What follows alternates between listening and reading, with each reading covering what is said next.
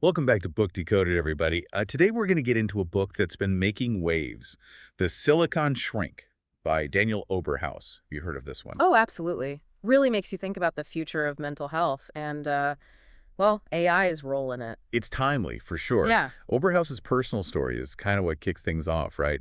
Like his sister dealing with mental health challenges, and even with all the resources you could ask for, it's still Yeah, it's a tough story. And the way she chose to end her life, too, using equipment meant for rock climbing safety, kind of a stark image. makes you wonder about the tools we create, doesn't it? Like, are they always helping? That's the question, isn't it? Oberhaus really dives into that, especially when he gets into the history of psychiatry, which, has always had its own struggles with how to even define, let alone treat mental disorders. I think a lot of people assume psychiatry's always been this, like, fixed science. Right, but Oberhaus shows us it's been anything but. He takes us back to guys like Emil Kraepelin, trying to categorize mental disorders like physical illnesses. A real early attempt to make it scientific. And then, of course, we get to Freud and the whole psychoanalysis wave. Talk therapy becomes the thing. Until, of course, there's pushback. The anti-psychiatry folks in the 60s, they weren't having it. Saying it was all too much, too medicalized. Exactly, trying to fix things that weren't necessarily broken.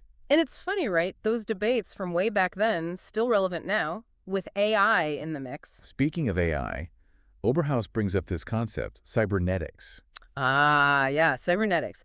Big influence on early AI research. Sounds complicated. It is, but the gist is connecting how animals and machines behave through these feedback loops, like a thermostat, right? It measures the temperature and adjusts accordingly. It's like our brains are doing that all the time. Exactly, responding to info, adjusting our actions. That idea, huge for early AI, especially when applied to psychiatry. So how'd they actually start using AI? There's that chatbot Oberhaus talks about, Parry. Great, Perry. Created by a guy named Kenneth Colby, super interesting character. He thought if you couldn't model mental stuff in a machine, you didn't really understand it. So he made a chatbot to mimic. A paranoid patient, yep. Wow. I mean, that's straight out of science fiction. And get this, they presented Perry at an internet conference back in '72. In the 70s. That's crazy early. Shows you how long AI and the internet have been, intertwined. But just because you can mimic paranoia in a machine, does that mean you truly get it? You know? That's the debate. Oberhaus talks about another researcher, Joseph Weissenbaum, who built a chatbot called ELIZA. He was really skeptical about AI in psychiatry, thought it was dehumanizing, boiling emotions down to code. Two brilliant minds, two very different takes. Makes you wonder how do we diagnose and treat mental health these days? Well, Oberhaus gets into the DSM, that big manual psychiatrists use. I've heard of it. Not sure I know how it works, though. Back in the '80s, it switched to using these symptom checklists, right? Trying to standardize diagnoses. Is it more objective? Yeah, but Oberhaus points out studies showed the DSM-3, it didn't really make diagnoses all that much more reliable. So psychiatrists were still disagreeing, even with the checklist. Yep. Still a problem today, honestly. So what's the alternative? That brings us to Thomas Insel ran the National Institute of Mental Health and his push for digital phenotyping. Digital phenotyping, huh? It's using data from how we interact with tech phones, social media, wearables to understand our mental health. Like our digital footprint can tell us about our minds. That's the idea. It's fascinating, but, big question. Can you really know someone's mental state based on outward actions alone? Right, because what we do online doesn't always match what's going on inside, right? Exactly. And this is where Oberhaus starts to get concerned about what he calls psychiatric artificial intelligence, or PAI.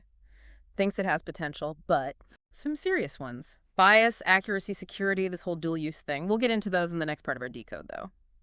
So yeah, those concerns with PAI, a lot to unpack there. Yeah, the bias, the accuracy, security risks, then that dual use thing you mentioned. It gets a bit tricky. Let's start with bias. Like, the data used to train these AI algorithms, if it's already got bias baked in. The system's going to be flawed from the get-go. Exactly. And then it just keeps perpetuating those inequalities instead of helping, especially in mental health where marginalized communities are already facing so many barriers. It really shows how tech isn't neutral, huh? Like it carried all the baggage of its creators and the data it learns from. It does. And then there's the accuracy issue. Oberhaus points out a lot of these systems, they just aren't accurate enough yet for clinical use. Misdiagnosis Based on bad data, I mean, that could be devastating. Absolutely. And then there's security, right? Mental health data. That's like the most personal stuff. Super vulnerable to misuse. Oberhaus talks about that data breach in Finland, the Vastaamo case. Hackers stole therapy records, then blackmailed the patients. Ugh, that's awful. I mean, talk about a violation. It's scary how vulnerable our data is. And then you've got dual use, the idea that data collected for, say, mental health research. Could be used for something else entirely? Yep. Oberhaus gives the example of Lois Kamenetz, a Canadian woman denied entry to the U.S. because of a past suicide attempt. They used that against her. Yep. Data from a police report was used to label her a potential threat. So you see, data collected for one purpose can be repurposed in ways we never intended. This all sounds pretty grim. Is Oberhaus saying AI in mental health is a lost cause? No, not necessarily. He does see the potential benefits, but he's definitely urging caution. A balancing act, right. Weighing the good against the bad. Exactly. And to understand those risks, we need to look at how PAI is being used NW and where it could be headed. Let's do that. What are Yeah. some real-world examples? Social media is a big one. Platforms like Facebook, they're already using AI to try to detect posts indicating suicidal thoughts. If it saves lives, that sounds positive, right? It could be. But Oberhaus points out some tricky situations. There have been cases where the AI flagged someone, Facebook alerted authorities, but when they contacted the person, they denied having any suicidal thoughts. False positives. Exactly. So who decides when intervention is justified? And what happens when the AI gets it wrong? It also raises questions about privacy, right? Like, how much power should these platforms have over our mental health? A valid point. And it's not just suicide prevention. Researchers are trying to use AI to spot all sorts of mental disorders based on social media. Looking for patterns in our posts and stuff? Yep. They're using tools like LIWC, which analyzes language to figure out our emotional state. It categorizes words into these psychological categories. But can it really pick up on nuance? Like, what if someone's being sarcastic? That's the problem. Even the guy who created LIWC knows it has limitations. Online communication is just so complex. So diagnosing based on social media alone seems risky. Very. Oberhaus stresses that social media data is just one piece of the puzzle. You can't base a diagnosis on that alone. Okay, so social media is one area. What else is there? Emotion recognition tech, those AI systems that claim to read our facial expressions. I've seen those. Kind of creepy. But are they actually being used by, like, real psychiatrists? Some are. The thinking is that our facial expressions, tone of voice, all that nonverbal stuff can give clues about our mental state. But Oberhaus points out there's no real scientific proof that you can accurately tell someone's emotions just from their face. So another example of tech overpromising. In a way, a lot of experts are pushing for limits on using emotion recognition for mental health. It seems like trying to diagnose solely on outward behavior is just fraught with problems. It is. Powerful tech, yes, but really easy to misinterpret. So we've talked about social media, emotion recognition.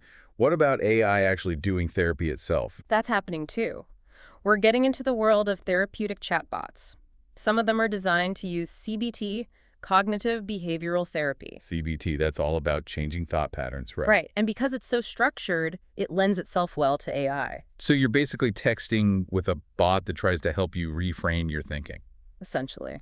And they're getting pretty sophisticated using natural language processing to actually understand what you're saying. Like a therapist in your pocket almost. Kind of a futuristic vibe, right?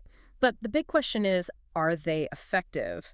Just because it can hold a conversation doesn't mean it can actually help someone through real mental health struggles. Right, are people going to start relying on these instead of seeking help from an actual person? Oberhaus digs into that.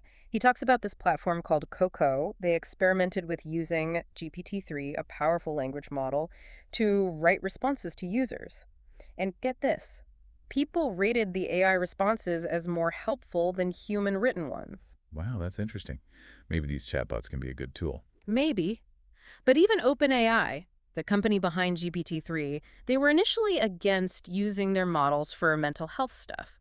They've eased up a bit, but it shows how ethically tricky this all is. You know, it's interesting. Even with all these risks, Oberhaus doesn't completely write off AI in mental health. Yeah, he actually does spend some time talking about the potential benefits. It's not all doom and gloom. So let's get into that. How could AI actually be used to improve things? One big area is access to care. Makes sense. Therapy's expensive, right? Yeah.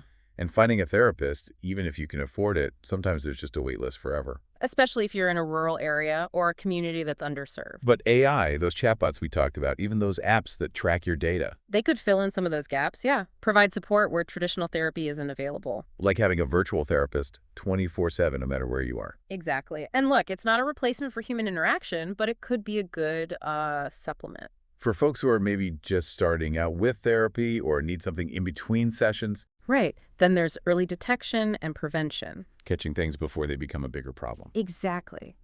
Imagine if we could identify people who are at risk for mental health issues before things get really bad. Like an early warning system. That's the idea.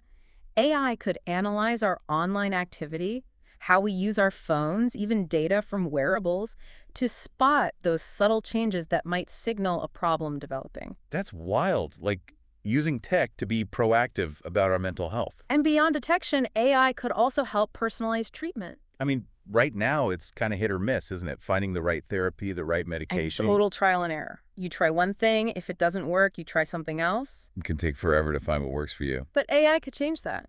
Analyze all your data symptoms, genetics, lifestyle, and then suggest treatments that are actually more likely to be effective for you. Now that would be amazing. Getting treatment tailored just for you. Is that happening already, though? Or is this all still like sci-fi? It's a mix, honestly. Some AI tools are already being used in therapy, like the chatbots we mentioned. But a lot of it is still research, you know? Lots of potential, but still early days. Still sounds exciting. But Oberhaus, he's still saying we got to be careful. Right. Oh, absolutely. All these ethical considerations, we can't just ignore them. So remind me, what are those main concerns again? Bias is a big one, like we talked about. You got to remember, even if the intentions are good, if the data used to train these AI systems is biased, The AI is going to be biased too. and that can lead to misdiagnoses, wrong treatments, even discrimination. You got to be super careful about the data and constantly checking for bias. Oberhaus also talks a lot about transparency, doesn't he? Huge point. We got to be able to understand how these AI systems work, how they're making decisions. See what's going on under the hood, so to speak. Especially with mental health, you need to be able to trust the system. And that trust, it comes from knowing what's happening, right? Transparency and accountability. And, of course, there's privacy. Can't forget about privacy. Yes. Mental health data, that's like the most sensitive information. Got to be protected. We need to know it's not being shared, sold, used for something we didn't agree to. Right. And a lot of this data is being collected by companies that haven't traditionally had to follow the same rules as, say, a hospital. So maybe our laws need to catch up with the tech. I think so. But it's not just laws, it's ethics, too. Companies going above and beyond, putting the patient first, even when the law doesn't require it. Absolutely. And then Oberhaus gets into this bigger question about AI being used for surveillance, control. Okay, that sounds a little dystopian. It does, but it's a possibility. Think about it. As AI gets smarter, what if it's used to monitor us, control our behavior, without us even realizing it? That's a bit unsettling, yeah. So what can we do? We have to be aware, ask questions, demand transparency. We need regulations that protect our privacy, our freedom to make our own choices. So we can't just sit back and let this happen. We have to be involved, make sure AI is used for good. Exactly. AI should serve us, not the other way around. Well, Oberhaus's book has definitely given us a lot to think about. It's complicated, that's for sure. There's so much potential, but so many risks, too. Oberhaus does a good job of showing both sides. What's the takeaway, though? What does Oberhaus want us to remember? I think it's cautious optimism. He sees how AI could change mental health care for the better, but he also wants us to be skeptical, to remember that the human mind is complex. No easy answers, no quick fixes. Right. And we have to make sure AI helps us connect, helps us feel better, not the opposite. It's about finding that balance between progress and ethics. Making sure we're using AI wisely. And never forgetting that mental health is about people, not just data. Well said. I think that's a good place to leave it. Thanks for joining us for this deep dive into the silicon shrink. My pleasure. And remember, the future of AI and mental health, that's up to us. So let's shape it wisely. Until next time, keep those minds curious.